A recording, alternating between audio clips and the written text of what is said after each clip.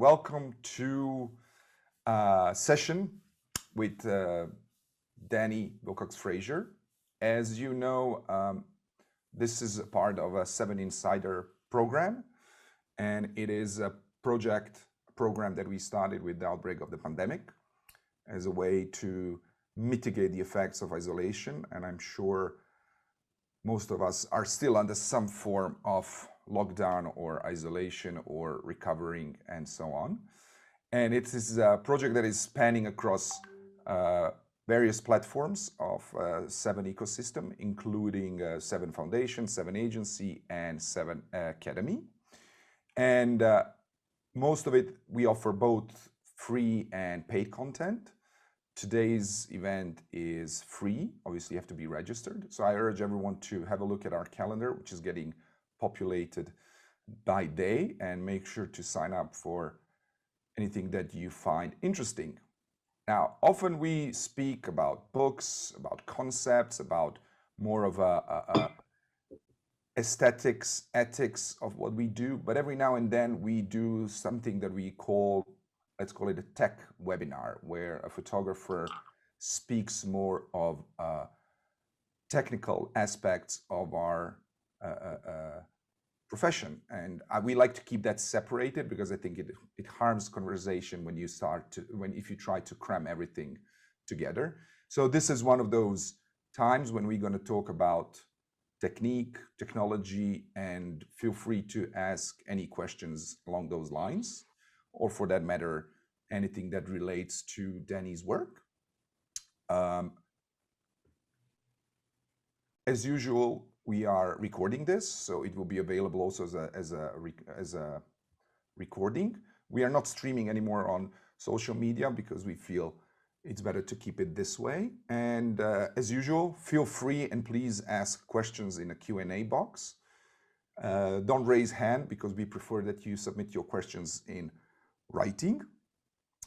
So feel free to shoot questions as conversation continues. So today, title of this session is One Camera, One Lens, and Natural Light: the complexity of simplicity with Danny Wilcox Frazier. I will just make a small introduction. Much like Danny, I share very similar approach, although I should color and so on, but in the sense to keep things simple is something that I learned to appreciate. Although I never considered myself a purist in that sense. I don't really care how you take a picture and what's behind it, as long as it's something that you can morally defend. But in my case, I was my gear and my approach was minimalistic from the beginning for very simple reason, because I was poor and I couldn't afford anything else other than one lens, one camera, and one film. For that matter, it was usually, expired at the beginning. It was expired films, all kind of, mixed stocks of films and so on, basically anything I could get my hands on. But I think that was a bliss in hiding, so to speak, because it really forced me to think and about the frame and to move, because I was confronted with the limitations. At the beginning, I thought those were limitations of the gear I had. And I think that's, in many ways, it's very important for younger photographers or those who are starting or those who are not entirely sure how to go about their photography. But to be clear, once the career sort of kicked off and I could afford cameras, I did go through a phase where I was trying to, purchase and get my hands on as many different cameras, lenses, and so on as I could. But in my case, I kept it as tools to experiment. And then fast forward 20 plus years, I'm back to, 1 or 2 lenses, 1 or 2 cameras. And now it's a bit more complicated because I shoot also video. So there's a separate set of gear, but the same rules apply in a way. And so that would be sort of, I'd say, a kickoff for Danny. So Danny, thank you very much for joining us. And I'm sure people would like to hear and see how some of the photos you took, especially for Driftless book, were taken.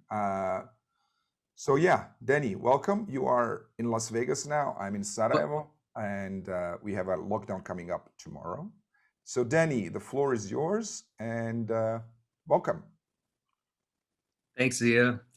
Thanks to Gianna as well, who's behind the scenes for all of this. Really appreciate the two of you, and thanks everyone for being on the call. Zia, you made me think about my first camera. I ran track at the University of Iowa, and my girlfriend at the time, now wife, was taking a photography class, and I told her I want to take a photography class, but I didn't have a camera. I most definitely didn't have a way of getting one. So I went to my track coach and I was like, I want to take photography classes. And he he was shaking his head, and he said, as long as you keep your English major, I'll buy you a camera, because that was my concern. I was like, I have no idea how to get a camera. So I started with, like so many others, with that Pentax fully manual, the Pentax 50 millimeter lens, and just shooting Tri-X and figuring it out.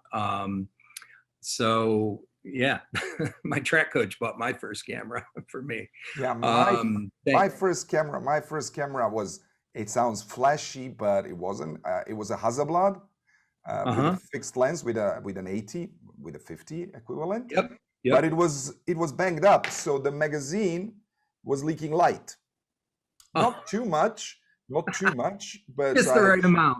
Just the right amount. So I had to, to tape it. And actually, one of the pictures I took, which had very clear, like a light leak, but very ugly, I submitted to World Press, and it got an award. No one really wasn't bothered by this ugly, like ray of light coming in. Anyway, sorry to interrupt. Now we have apps that have, been created to add that, and you just had it perfect from the beginning. Yeah. So I, where this concept really kind of comes from was when my wife was a grad student at the university. She attended grad school before me. I was working at a small newspaper, and it was during the development of digital cameras. So it was that time when the cameras were like, this big. They cost $15,000 each. Everyone, people's employers would hand them two camera bodies and tell them, this is worth more than your vehicle, so take care of it. I hope no one ever said worth more in your life, but these things were monstrosities. The quality was terrible, but it was the technology being developed. It was the digital revolution. It was the mid and late 90s, and it things were exciting. They really were. But where it kind of started to change for me, I had my first digital camera. It was one of the Kodaks, the Canon version of the Kodak, with the crop sensor, but it was a good camera, and in comparison to the early ones.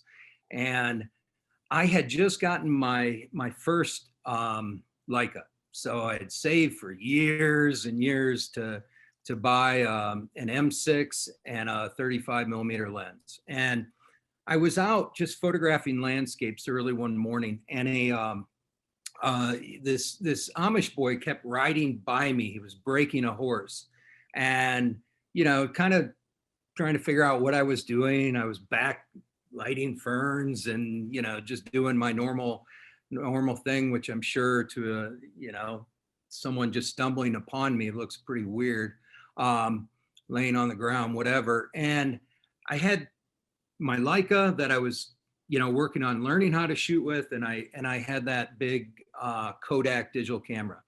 The kid stopped on the horse and was asking me what I was doing. We started talking, and I looked at him. He's old order Amish, so the settlement near Iowa City where I was photographing, they don't want any photos, and I respect that. but I had the Leica around my neck, and I looked up at this. There's one This right one? there. M6 35 Summicron. Yeah, that's the one. So he's sitting there, and the light's beautiful on him, and I looked up at him, and I looked down at my Leica, and kind of held it up, and he shook his head, yeah, and I took 3 frames and put it back down. We kept talking, and I had this monstrosity, this Kodak digital camera on my shoulder. I was like, oh, I want to see what that looks like right away, because I can review it, unlike the Tri-X. Got to wait to develop that at night. And I started to pull that camera up, and he was like, no, no, no, no, no. And I was like, oh my gosh, I'm sorry. And I'm like, I just took your photo with this camera. And he goes, that camera is from the old world. That camera is new. I don't want you taking my photo with that camera. Oh, I need to remember that. I need to remember that. It was beautiful. It really struck a chord with me. So when I started on Driftless, and in the description of the talk, I wrote about this, and I'm gonna bring up some photographs now. While you do that, let me ask you something. I have this feeling, which maybe it's a coincidence or anything, but I have a feeling that I wasn't a better photographer, but I was better image maker while I was shooting film. I have this nagging feeling that I was better at image making when I was shooting film. Do you have anything to add on that? I guess you understand what I'm trying to say. Do you have? Yeah, for me early on, it was the crop sensors made things different spatially. Like I would have a 35 on, or 28, or whatever, standard of 50, and where I would be in proximity to people in my interactions, the distance that I'm comfortable talking with people at, that all of a sudden was like really disrupted, and I was forced to be back up, and which can be a great thing, but be closer to infinity. Everything, I wasn't getting the fall off that the bouquet that I wanted, and it was bokeh that I wanted, and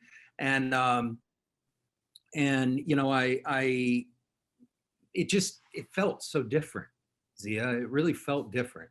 And the film camera, it was just so much more natural, and I liked the advancing. I liked the the waiting, holding for that moment, or just having that visceral reaction where I just hold up, pre-focus, and I'm just holding the camera, and somewhere as I'm talking or observing, and just fire the frame, because I'm setting the distance, and not even worrying about looking through the viewfinder, really just being as connected to the interaction in the moment. And I'll tell you the reason for that is I think it's somewhat, I guess you could say, selfish. I learn the best first person. So I have have dyslexia. I've never been someone who, does well in a traditional academic setting. But when I'm in the field and I'm interacting with people and I'm absorbing everything that's going on around me, that's when I'm able to, learn well. And that's what photography's always been for me, is this avenue to educate myself. And that's how I approach all my subject matter, which is, I'm not an expert. I don't know. This isn't my life. I don't know, what. I'm going in with the basic research that we all do, but I'm there to learn. And I was like, if I'm fussing with gear, and then I'm always thinking about someone reacting to the large gear, it gets in the way. So for Driftless, I just wanted to put all those conversations about, I was at an institution where, there was a lot of battles within, academics were fighting back and forth on whether film should be taught anymore or just digital. And it's just, these conversations made no sense to me. There were people who were really pushing the documentary approach forward. And that was what I was interested in. And I was most interested in storytelling, visual storytelling. I didn't want to sit around and debate megapixels and what was the, I know the best way for me to learn was in the darkroom, but that doesn't matter. That might not be what's right for someone else. That's just what was best for me. And if people are interested, then they should figure out how to, learn all these different aspects and approaches but being caught up in that debate, like, just didn't work for me. So it was also, it was a conscious decision of, I don't want to be a part of that, in industry, commercial and ethical, or not ethical, but ideological, basically combat. That's what I was feeling at the time it was. So for me, it was just about leaving all that behind and just going and learning as much as possible. And let me see if this is, am I sharing? Yes, you are. Yep. Okay. So can you see the whole photo? Yep. Yep. And is the full screen? Okay. Yeah, it's working. Okay, my screen, whoop, sorry about that. My screen, is there a problem with is there a bunch of banding in the photograph? No, it looks fine. It looks perfect, so relax. Okay, I'm sorry everyone. The screen of my computer is just, in the last few days, has decided to start to die. Very new Macintosh, so obviously I have trouble with all forms of technology, Zia. No, it looks fine on this end, don't worry. Okay, so I want to talk a little bit about Harry and Helen Phelps. So during grad school, I started Driftless, and one of the, the project was based on this idea from our at the time Governor Tom Vilsack, the brain drain of Iowa. We were number 2 in the nation, in the United States, for states losing, their single, well-educated, fluent adults were just fleeing the state. So our best and brightest were moving to the right and left coast, places like Chicago, et cetera. So I wasn't concerned about following those individuals. I wanted to document what was happening, in the communities that were being most impacted by this rural flight. I met Harry and Helen on election day in 2004, and I was at a one-room schoolhouse, and Harry walked in, and Helen was with both of her hands holding on to his right hand. And I remember everyone in the room kind of stopped and took notice of Harry and Helen and said hi. And at one point he saw me, and I had my Leica, and I looked down and looked back up at him, and he shook his head, yeah. So I knew it was okay to photograph he and his wife, I assumed. They voted together. He helped her vote in a single voting booth, and it was just beautiful. I followed them out and asked Harry if I could talk to him. He said, "Wait a minute, please," and he helped Helen in their car, and he turned around. He's like, he said, "I just want to let you know my wife has Alzheimer's, so that's why, I was helping her vote." And I'm like, "Oh, okay. Thank you for letting me know, but this is what I'm working on. I'm looking for a farmer who, whose children all moved off the farm, and some of the workers had explained to me that the poll workers had explained to me that Harry and his wife lived alone on a farm nearby. That's all they said. They didn't say anything about her health condition. So I went out I asked, Harry if I could come out to the farm and meet him and talk to him about the work I was doing. And I went the next day, actually. What happened then was it really has changed everything that I do in my work, which is reemphasize, this idea that we are being given a gift from our subjects, and them sharing so much of themselves is what I have worked really hard to always honor. And again, it's a privilege to be there, but it's also a responsibility. And I just can't get over like anything else coming into that space and interfering with it. Not saying that I don't care about exposure or focus or composition. Of course I do, but I want that to be as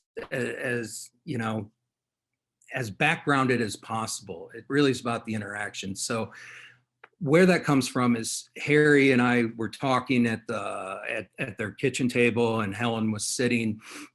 I didn't know how advanced her Alzheimer's was at the time, but Harry asked me if I would stay in the house with Helen while he went and watered his cattle. And I was like, of course. And he got up and left. And as soon as he did, Helen started wailing. She walked into a corner and was wailing in the corner. And I was like, Helen, it's okay. It's okay. I thought maybe she was scared of me. And I ran after Harry and told him, there's a problem, Helen's crying, and he stopped working and he looked at me and he's like, Danny, I wanted you to feel what every day of my life is like. And that was every day. Helen would when he would go out and work, would become distraught, and the confusion of Alzheimer's, and we went back in. He comforted Helen, and I then was just focused completely on this love that Harry displayed at all times. This just delicate, and it was beautiful. It was beautiful. Not every frame here is some of these are just really low res scans. Didn't even make it to the point of a work print, but it was always focusing in on that relationship and working just with natural light, the stress of it, and how I was photographing was, I was watching someone taking care of, a loved one, a spouse in this case, who is, they're losing themselves. They no longer, you're losing them as the caregiver, as the husband or the wife. And just to try to bring that out, I was of course saddened and uncomfortable at times, rightfully so. Harry and Helen were very poor, part of the elderly working poor of, this economic giant that just disregards so many people.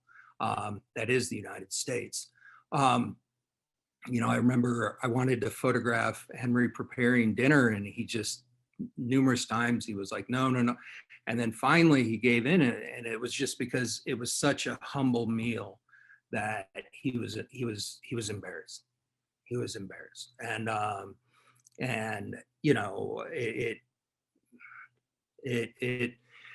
I just always, Zia wanted to bring that out and stay true to that.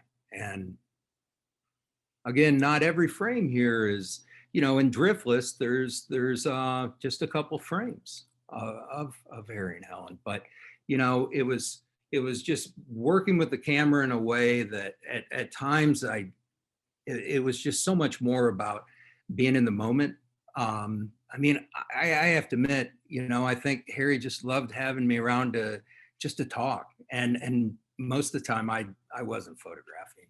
I was just there listening and hearing their life story and hearing, him telling me why he told all of his kids to go and get jobs in the city because there was no future on the farm. This is someone who started organic farming back in the late 80s because he saw all that was going wrong. And but the death of this farm, no clothes on the clothesline. I went back several, a couple years after. I mean, I had visited other times, but after Driftless was published and then the documentary came out. But everything on the farm was dead but Harry. When I went back, and no cattle, he had to sell off the cattle. All the cats had died, and it just, it's always about that feeling. Here's a moment where he's helping Helen take her medicine. He's making sure she takes it. So kind, so gentle, just so much to learn. Just, I mean, if for me it was just being able to see what love is in those latter the twilight. It was beautiful. Can I just jump in with, because we have questions piling up. So my question is first. So obviously you're showing us work that is personal, which ended up in a book, later is a film, and so on. And I'm just curious, how much do you adapt your way of shooting? And by that, I also mean choice of your gear when you're shooting personal projects like this one, and when you are, I don't know, shooting corporate or something like that. How does that work? Yeah, from a technical point of view. I'm on a commercial job right now, and I headed to the job with a large amount of gear yesterday, and honestly, I needed to use a DSLR on that shoot, but I shot entirely with one. Almost, I'd say 95% was one DSLR with 35-1.4 on it. That's commercial shoot where, there were some images where I needed macro. There were, a couple situations where I couldn't, firearms, I couldn't get as close as I normally would. So used a 50. That's my super telephoto. There is that stuff on a commercial job, but honestly, I was, even it doesn't matter if it's my personal work or I want to move around. I want to take it, the entire scene in. One of my early editors, he explained his style as happy feet. Cartier-Bresson said the dance, and I always remembered happy feet, not to be like jumping around, but to make sure that you're moving around a scene and seeing it from all directions and watching the light. And if you're way down with so much, or thinking about like changing a lens or zoom, like, am I going to zoom in or, that for me, like just really gets in the way. Maybe it's my inability to multitask. I like to hyper focus and on what's playing out before me, and then the interactions. I mean, I see commercial work as an incredible opportunity to learn as well. You go into businesses and you're able to learn from business experts, how they've innovated and created jobs, and it's so I don't want to get lost in gear. If I have to, I have to. But that's typically when it's a mix of stills and motion, which I, just like you, I do as well. Then your job is to direct, and you have people who have incredible skills, and your job is still that interaction, but you have to be on point with everything else, and that's another unique challenge that I quite love. So there's a question from Mark. Sorry to jump in with questions, but I'm afraid we Yeah. won't have time, so I'd rather jump in with questions now. So Mark Silverberg is asking, he's saying, actually, the intimacy you capture of their situation, referring to images you just show, is deeply moving. How did you cultivate the relationship leap from where you met them to be invited into their home? It feels like the key unlock the potential of the relationship and project. I was invited. I mean, I know, obviously, it's figuratively, to really be invited in. Literally, of course, we're at the kitchen table right away. But the camera was sitting on the table. And my small bag with film was sitting, down on the floor. So it's time. It's always time, and it's I think if you're there to learn and you're not there to subjectively tell someone's story, if you approach it in a way of, I don't know what it's like. I was raised surrounded by farms, but and just the idea of when, Harry telling me, I told all my kids to move up. This is, the day after we met at the one-room schoolhouse on election day. He said, very early in our conversation, I told all my kids to leave the farm, and just that isolation and it when you're there to absorb and learn as much of that and then bring it out in the photographs the best you can, I think that's what opens that door to, being people being so comfortable. This is Harry just helping Helen take a nap. I mean, she was fidgeting, agitated, and he's exhausted too, because it was 24-hour day care. She wanted to die at home, and he wanted her at home, and she did, but it was exhausting. And I'm sitting on their bed, and Harry and I were whispering at the time, but this photo, I'm just holding the camera and just, look through focus, but I just had my elbows and really slow shutter speed. That's why, it was way down there. There was hardly any light in this. And along those lines, how do you know, it's a question from Gerard, I'm not sure if I'm pronouncing well, Seguia. How do you know when you're done in making photographs? In a particular case, for example, with this couple. Yeah. And was there a time when you had to go back to your subject because you felt that your story wasn't done? This is continuation of the question. So how do you know when you're done? That's, we can address that when we get into the Cowboy John, because that's okay. Let's move on then onto this. Yeah, let's move that. Hey, can you hold that one and Sure. we'll talk about that. So I'll move through this stuff really quick. And I think what I'll do is, this is, so another part of Driftless is I spent time with the Miller family, New Order Amish family, 9 children.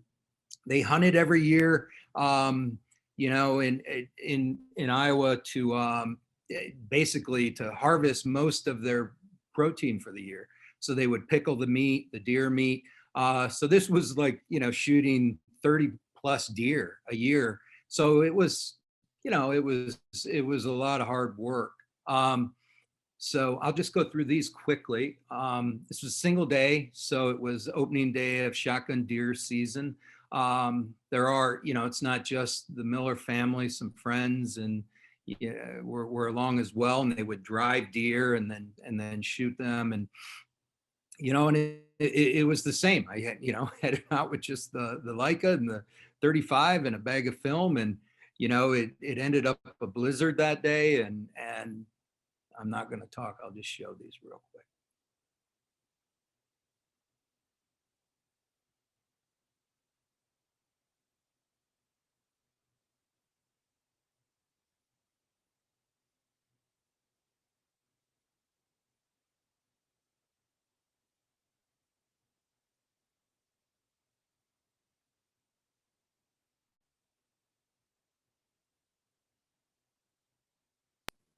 So just the Okay. technical stuff.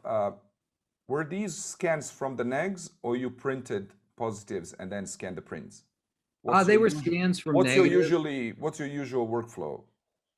Yeah, it was all work print early on in the dark room, but I knew I needed digital scans, so I would make really low res scans, and then I would make work prints. Of course, I made contact sheets and edited off those low res scans, then high res scans for the keepers and work prints. So, and I mean, and that when I say keepers, I don't mean like final. It was you know, what I was going to work print, because I knew I'd want a high res of that. The scanner at the time was a Cano scan. I mean, these were, you know, almost no dynamic range, like really low end, low quality, just kind of like that, you know, starting out with that K1000. That was my first scanner that I had. Sorry, go on. Sorry, go on with photos. I just wanted to. Yeah, yeah. You want to? Okay, so let me just. So there's something, maybe it's technical, but it's a very interesting question from Chris Pope. So he's asking, how do you not let a surprising technical problem, like you go into Harry's bedroom and it's way darker than you thought it would be, not get you frazzled and have your emotions ruin the moment? Yeah, that's a great question. Because we're all going to be thrown in situations. But again, I did everything to, you know, just to stay true to the lighting and in a situation. If in Driftless, you know, there's a party scene late at night at a farmhouse, and it was, you know, it also was, you know, extremely dark, and you know, and I was pushing 400 to 1600, and it still was, you know, ridiculously slow shutter speeds. And, you know, I'd just do anything. I'd hold the camera, I'd put my elbows, I'd do anything to try to steady the camera. But then also I would at times just not care and just photograph, you know, because it stays true for me, you know, 3, 4 in the morning, you know, everybody drinking these gosh, I can't even remember what they were called. It was Jägermeister and Red Bull. I don't even know what the heck. It horrible. Keep you up all night, and you aren't going to remember much. I had one of them as well, or two, but I wasn't going to keep going the way everyone else was. And, you know, so for me, it's like, that's what the moment is. And it's chaos, it's blurry, it's, you know, it's mistakes, being made, or, people doing exactly what they want to do. And, it's just, it's honestly, I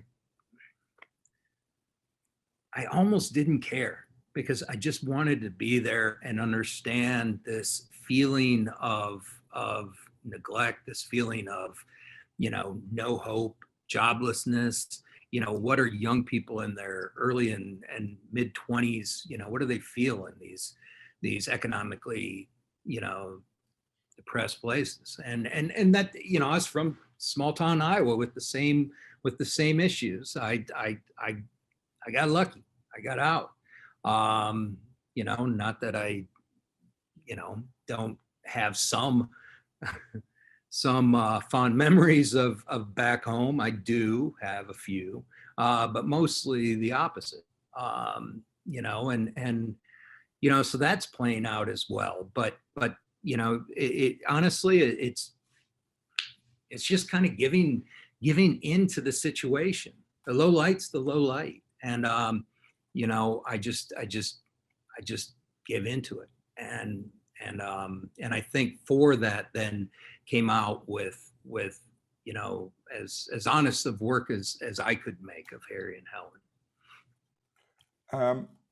Along I love the those, questions. That's great. yeah. So Phil is asking, he's first saying that Driftless is one of his favorite photo books. And here's his question. First, you capture incredibly intimate moments of people who are probably not used to having photographers being around them. Beyond more minimal gear being less intrusive, how do you gain, you partially answered this, but I think it's worth the question. How do you gain that personal trust that must be important to you? And second question, which is not photographic, is what was your track and field event? Because his daughter ran for Hawkeyes about 10, 12 years ago. Oh, go Hawks. I was a half miler like my father. My father was a half miler at Iowa as well. I was nowhere near as fast as my dad. And definitely nowhere near as fast as my two kids at anything. But the first part of the question, just how do you gain that personal trust other than obviously being very, not so intrusive with your gear? I think something that's also really important, just not being focused on the process of photography or using a phone and posting on Instagram, just being fully immersed and present in the experience that you're having with your subjects. Often like young, subjects, who are, of the phone generation, they're on their phones all the time, and that's fine. That's their life, and I'm documenting that. And but for us for me, like being so concerned with that stuff would, I just felt it was at times disrespectful. So it was conversations, and then I think the probably the best part of our best way for me to answer the question is share of yourself. People, I'm not saying dominate the conversation. You shouldn't, but over the course of years, if your subjects don't know who you are personally, and that's a weird relationship. And people know all the good, all the bad, and no different than them sharing all that with me, and with people who view my work and take it in. So why don't you catch a breath? There's a question that I will first answer, and then I'm sure you have something to add. So it's our own Justin McKee. So he's asking, you have both touched on it, but has the new technology led to bad photography getting better, but good photography getting worse? I don't personally look at it that way at all. I just think that the new technology really democratized. Yeah. No, you got it. What's the right word? Democratized. Yeah. Democratize the medium. Absolutely. And so I think Mhm. today there is no more, the photography is definitely the most democratic medium ever existed. And I Mhm. think that's obviously positive. Now, obviously with democracy, always, there's always, It's messy. yeah, exactly. It's messy. So what we have, what the main byproduct is not the question of quality of photography, but I think the real issue and flip side of the coin is the amount, the volume, the sheer volume of photography that we are Yeah. exposed daily, right? I think in the last few years, people shot more pictures than ever in entire history combined of photography. I think someone came up with those numbers.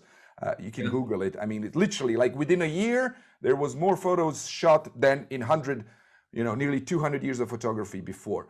So, and that creates a problem because we are facing a sea of noise. Yeah. And what's really becoming difficult is seeing through that noise and navigating through that noise. So I think that's the real challenge. And but just to be more to answer your question, Justin, more specifically, I actually think from technical point of view, photography is better than it was because uh, digital makes it easier for people to take technically correct images because it's instantaneous. Algorithms do half of the work. Tools we have for free as well, not necessarily paid tools. The softwares make a huge difference. So in that sense, I think average quality of the photography went up. But I wouldn't agree, and especially, I don't know if you people saw WordPress photo results just came in yesterday, so have a look at it. I don't think this volume that exploded of images taken is actually resulting in better pictures. I don't know if that makes sense. So just the fact that Yeah. WordPress now has 250,000 submissions doesn't make that selection of 100 whatever 20 pictures better than 20 years ago. I think it's, the last I saw, it's over 3 billion photos uploaded a day worldwide. And I think the most important, individuals we, in regard to visual storytelling, visual communication, the people we need are curators, editors, to sift through all of that. But it's also the responsibility of photographers, to have clear intent, to have a stronger voice, and it needs to be ever present in your work. And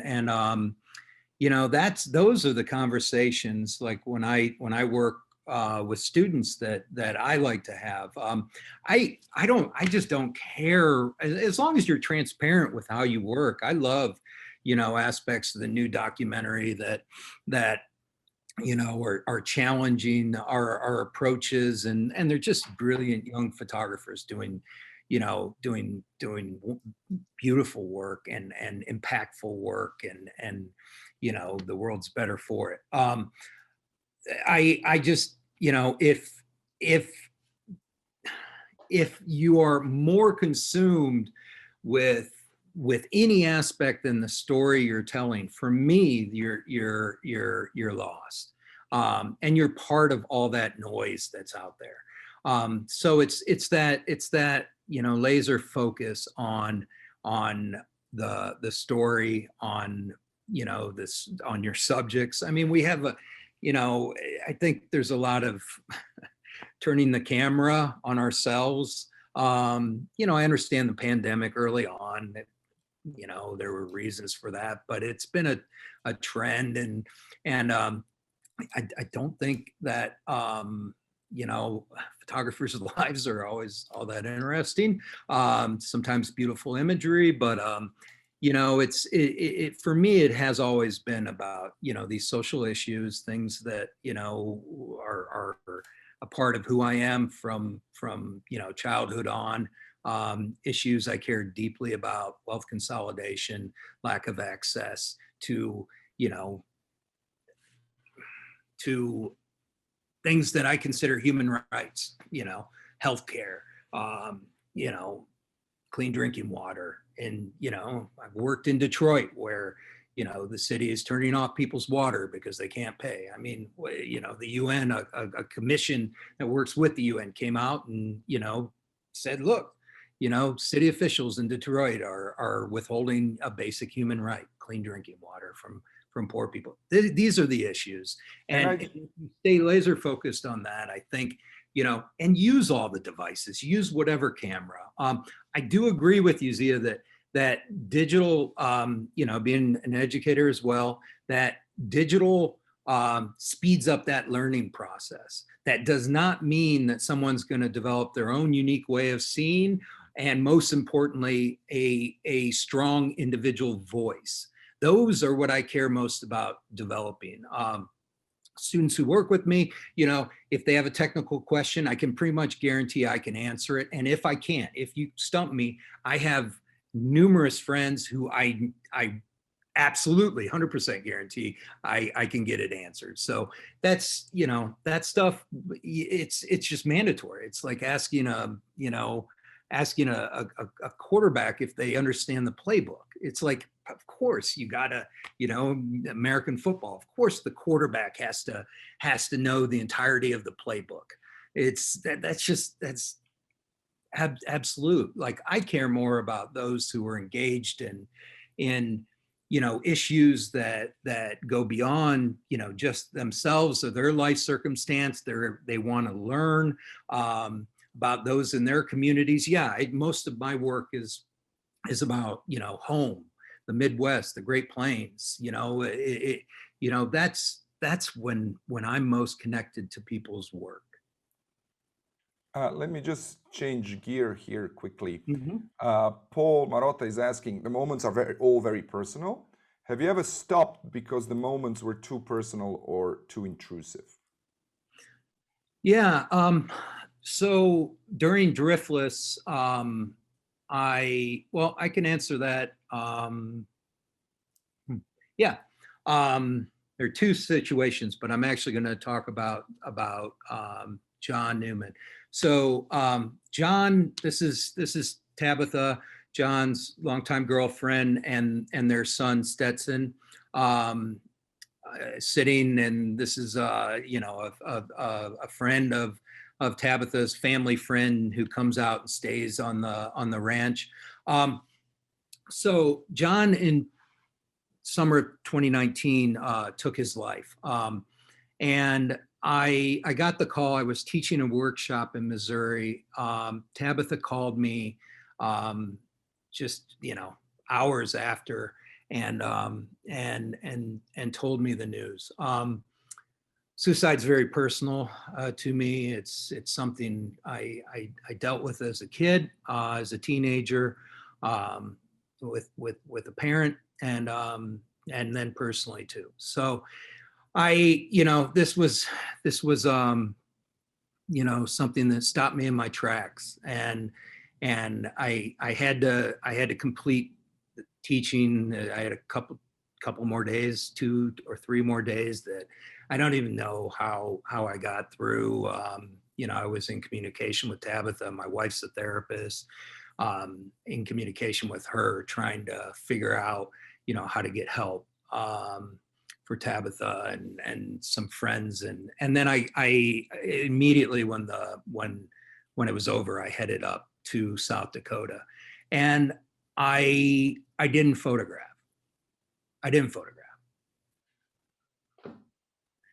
It just wasn't right. Tabitha did on the last day, so I was just there a couple days.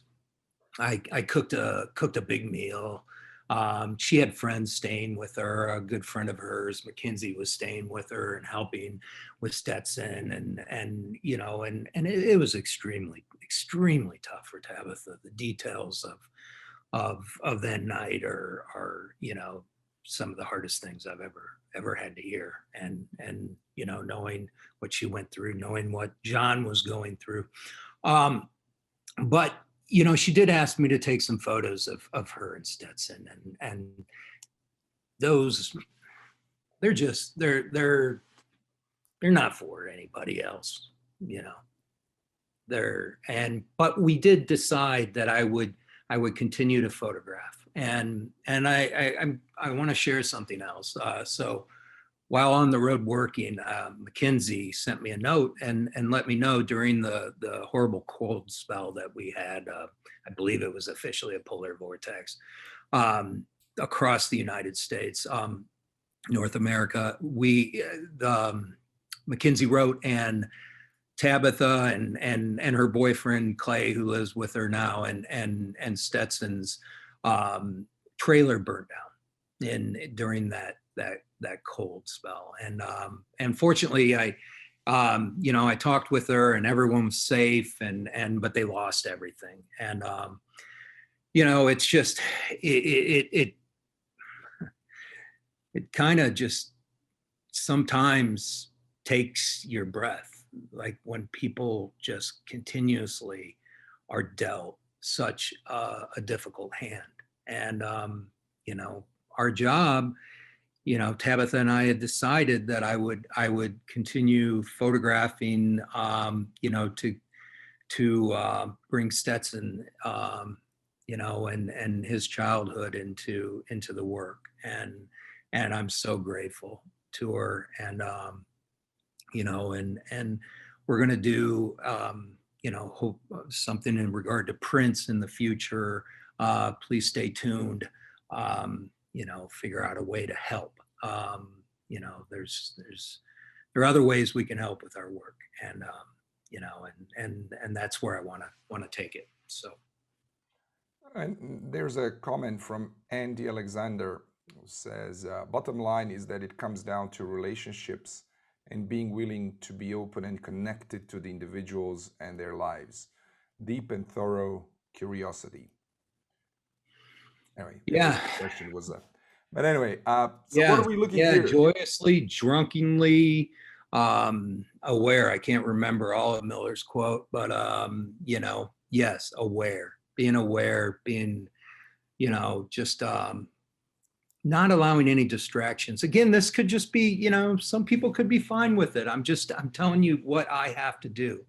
I shared, I have, ADHD, dyslexia, like, traditional learning models are terrible for me. And, distractions are horrible, but, those of us with ADHD, like, we also have this, superpower of being able to hyper focus on things. And sometimes it can be overwhelming because it never shuts off, and you're reading everything that's going on in a situation, and body language, and analyzing every word that someone says. And yeah, I'd like to be able to probably relax more often, but is what it is. You utilize the tools you're given, and it is about relationship, and earning, that access through, all the different, it just comes down to, it's not going to work with everyone. Zia, like, I know, that, like, you meet people, you photograph, there isn't the connection. It's like, that's fine. Like, there's no reason to worry about it. I mean, that's what, like, assignment work, you have to come back with and I'm so fortunate. I have the most amazing editors, people like Mark Merman, and early on, Marianne Golan, it's just like people who have given me so much freedom. Stacy Clarkson, who, was the first person to give me an assignment and say to me, just go do what you do. That was it. That was go to the oil fields of the Bakken oil field in North Dakota, and during the oil boom there at fracking. And she's like, go do what you do. And that's an incredible freedom. And there's so many more. I mean, I'd have to just sit here for 5 minutes and say, and they're incredible. They make it possible because, Lost Nation, a decade-long body of work that will be out eventually in book form, is, it does have some of that work mixed in. Getting sent places and just being given the freedom to work how I work. So where we are now, this is now square format. So can you just, and it's flash or some sort of artificial light. So can you?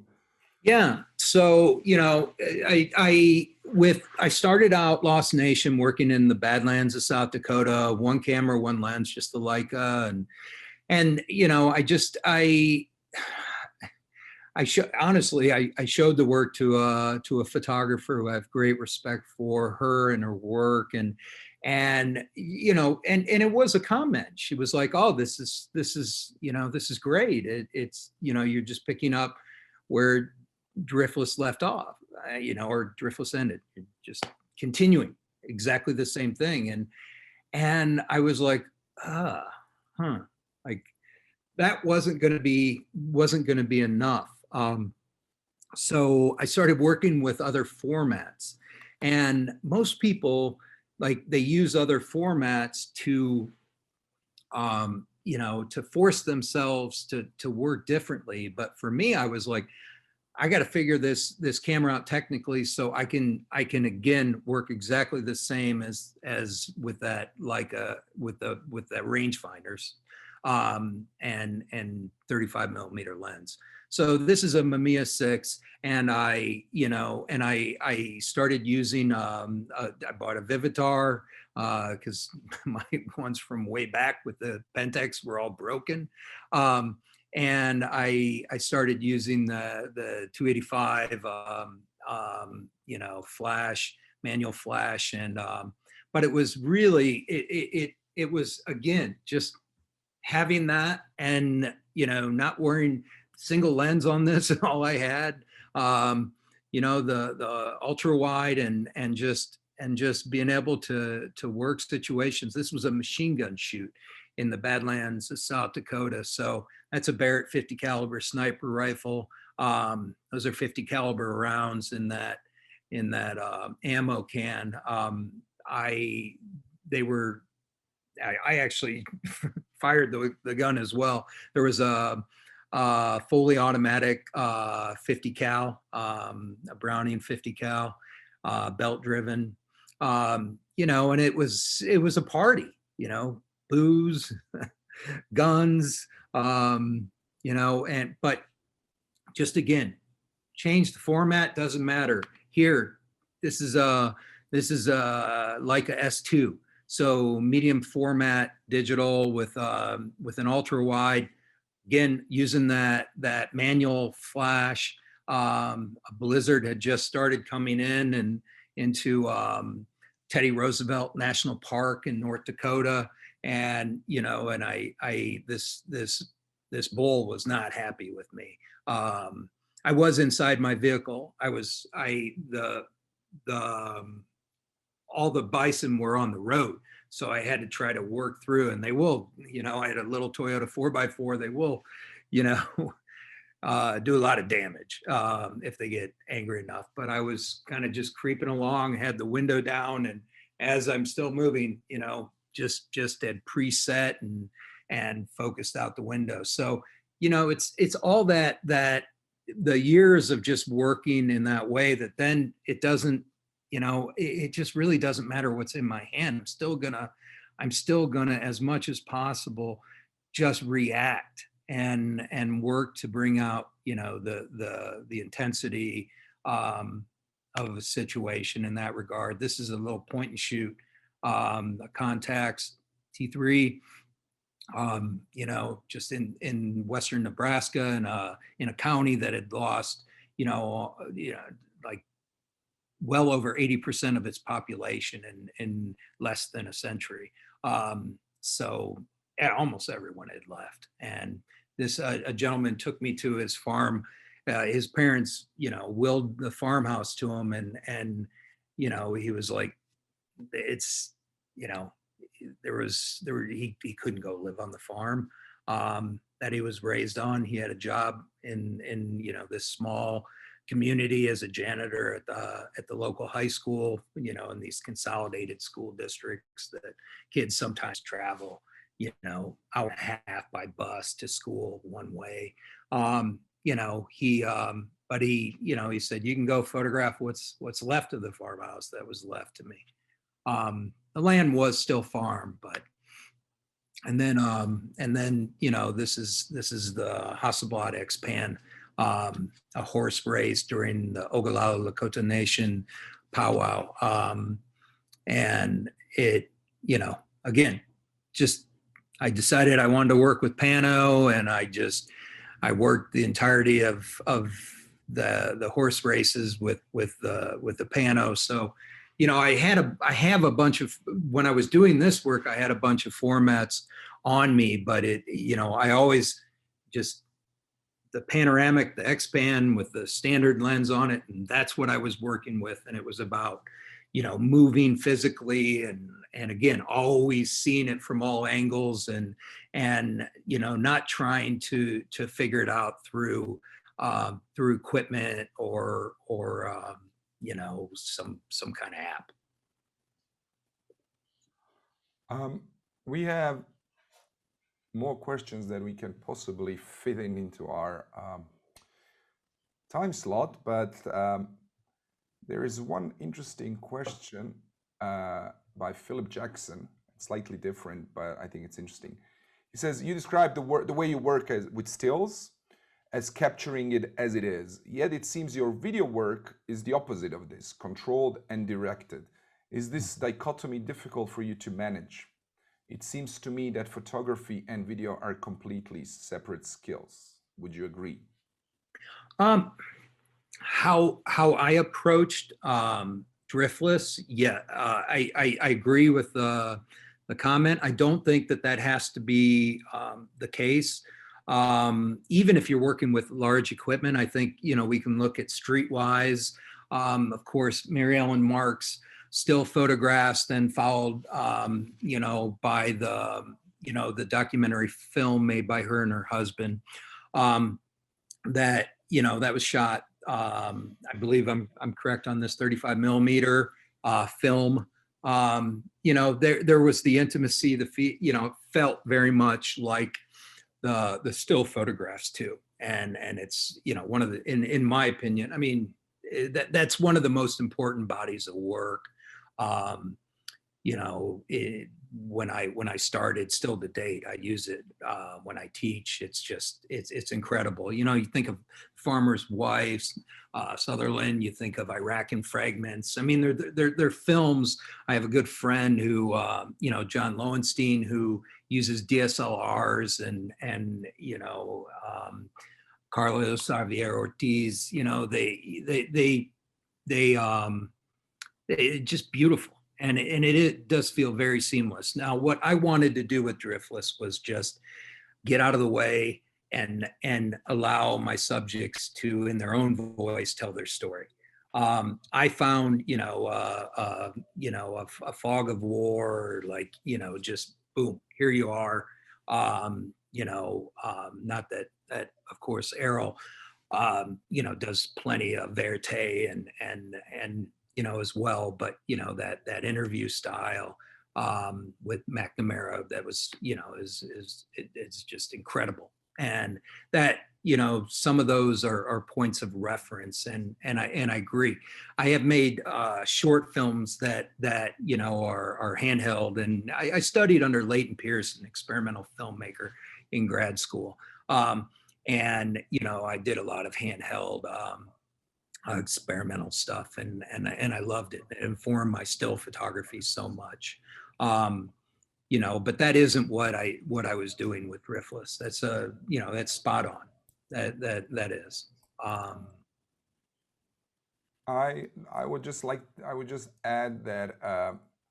Let me just read what exactly he asked. In regard of differences between the completely separate, that the photography and video are completely separate skills. That would be one way to say it, but I think it would be too simple to say that way. I think a lot of photography skills are applicable to video. And if you look, so many good videographers are also good photographers. And Yeah. actually, just to be more specific, so many photographers are good videographers. I think the main difference is that video or film, motion film develops over time, right? And unlike pictures, who are sort of single individual frames, and I think that's the biggest obstacle from when you're switching from video, from stills to video. And also, photography is largely one-man endeavor in most cases, especially what we do as documentarians.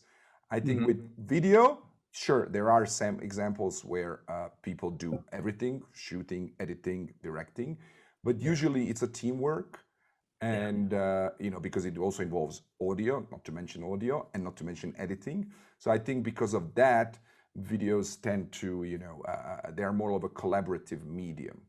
Yeah. So I don't know if that adds up on your question. Yeah. I mean, Driftless, I had a team. I had a camera operator, sound person, and so we were going in. I already had the relationships worked out. So it did feel more natural than it would probably have felt if we were working at times completely verite, but I also knew I wanted formal sit down interviews, and where it's still, there's the editing process, there's me asking a question, me making decisions, of techniques like giving space after someone ends their answer, giving space for reaction, mostly physical reaction, facial expression, body language.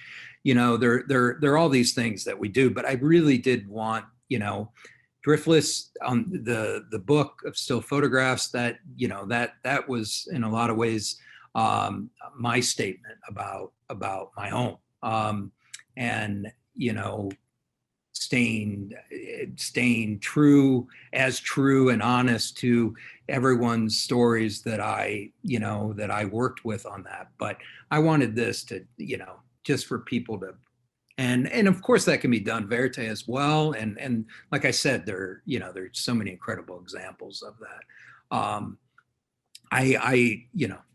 It's a great question. But I think I agree with everything you said, Zia. I think people can, you should just see them as tools. I teach now where, students do both. They have to. They're required to do both within the department that I work with.